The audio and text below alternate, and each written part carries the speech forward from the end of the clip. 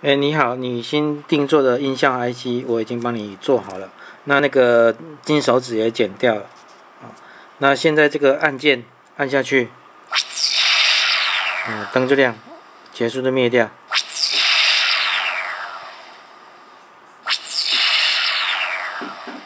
那个线都有超过30公分。喇叭，我现在因为你不接外接你不接那个喇叭的接头嘛，那我现在是用我自己的喇叭试，那我出给你就是只有这个白线2条，这个是接喇叭。那另外 LED 这个输出是接 LED 这个输出是接 LED 的短角负的，那 LED 的长角是要接到正，就是你利用题，中间要加一个限流电阻，这个你应该知道哈。那大概就这样子。